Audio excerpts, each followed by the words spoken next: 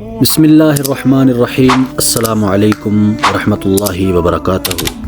امید کرتا ہوں کہ سب میرے ویور خیر و عافیت سے ہوں گے اور دعا گو ہوں اللہ تعالیٰ امت مسلم کی خیر کرے۔ معزز سامعین، توحید کی دو قسمیں ہیں، توحید معرفت اور توحید و اثبات۔ یہی توحید ربوبیت ہے۔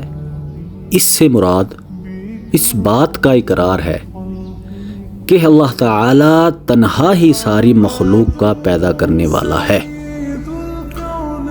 اس نظام کو چلانے والا، زندگی اور موت دینے والا، خیر لانے والا اور شر روکنے والا۔ توحید کی اس اقسام میں کسی نے بھی اختلاف نہیں کیا، حتیٰ کہ مشرکین نے بھی اپنے شرک کے باوجود اس کا اقرار کیا ہے اور انکار کی جرت نہیں کی، جیسا کہ اللہ تعالیٰ نے لار عیب قرآن مجید و فرقان حمید کے اندر فرمایا، کون تم کو آسمان میں اور زمین سے رزق دیتا ہے؟ کون سنانے اور دکھانے کا مالک ہے؟ کون مردہ سے زندہ اور زندہ سے مردہ کو نکالتا ہے؟ اور کون تدبیر کرتا ہے سارے امور کی؟ البتہ کہیں گے آپ کہہ دیجئے، تو پھر تم کیوں نہیں ڈرتے؟ ایسی اقسام کی بہت سی آیات ہیں جن میں واضح طور پر اس بات کا بیان ہے کہ مشرک لوگ توحید کی اس قسم کے قائل تھے۔ توحید کی جس دوسری اقسام کا وہ انکار کرتے ہیں وہ توحید عبادت ہے۔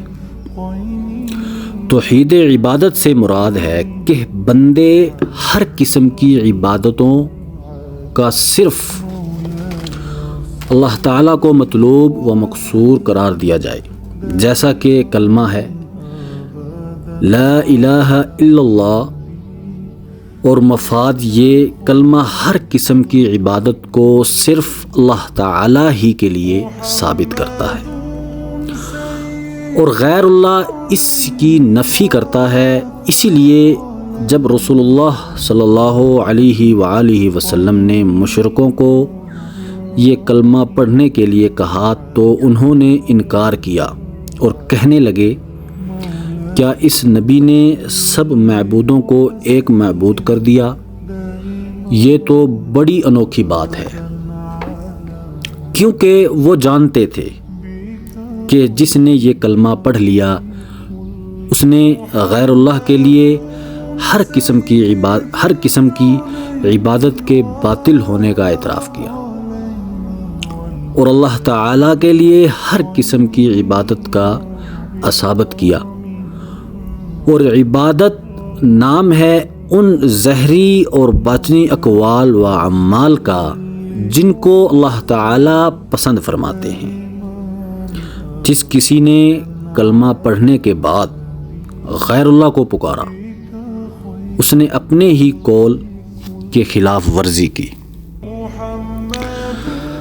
اور عبادت توحید ربوبیت اور توحید الوہیت لازم و ملزوم ہے۔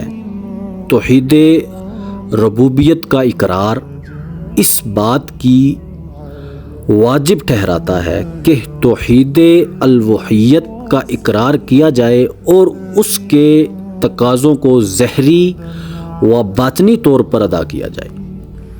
اسی لیے سارے رسول علیہ الصلاۃ والسلام اپنی امتوں سے اس بات کا مطالبہ کرتے رہے اور ان کی توحید ربوبیت کے اعتراف سے توحید الوہیت کی دلائل پکڑتے رہے، جیسا کہ اللہ تعالیٰ نے فرمایا، اللہ تعالیٰ تمہارا رب ہے، اس کے سوا کوئی معبود نہیں، وہ ہر چیز کا پیدا کرنے والا ہے، اس کی عبادت کرو اور وہ ہر چیز پر کارساز ہے۔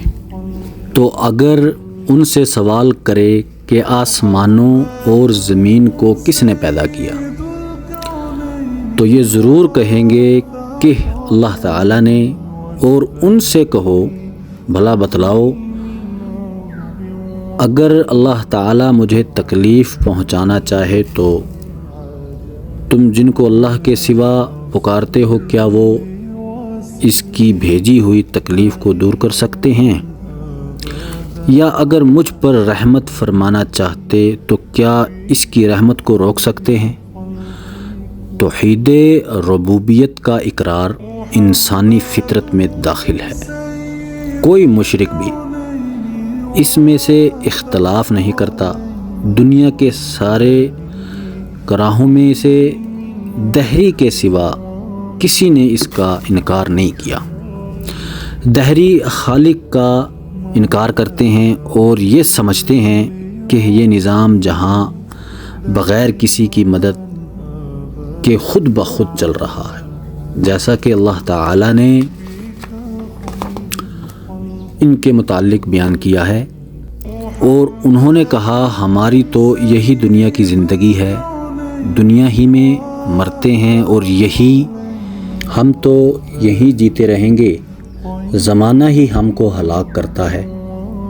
پھر ان کی تردید ان الفاظ میں فرمائی، انہیں اس بارے میں کچھ علم نہیں، وہ تو صرف دہریوں کا انکار کسی دلیل پر مبنی نہیں تھا، ان کے پاس صرف ظن تھا، اور ظن تو حق سے بے نیاز نہیں کر سکتا، وہ اللہ تعالیٰ کی اس بات کا بھی کوئی جواب نہ دے سکے۔ اللہ کی پیدا کی ہوئی تو یہ چیزیں ہیں، بس مجھے دکھلاؤ کہ اللہ کے سوا دوسرے لوگوں نے کیا پیدا کیا۔ کہہ دیجئے بھلا دیکھو تو صحیح، جن کو تم اللہ کے سوا پکارتے ہو مجھے دکھاؤ تو صحیح انہوں نے زمین میں کیا بنایا۔ آج کی ہماری دعوت یہاں پر ختم ہوتی ہے۔ برائے مہربانی کر کے ہمارے اس چینل کو سبسکرائب کر دیں۔ شکریہ، جزاک اللہ خیر۔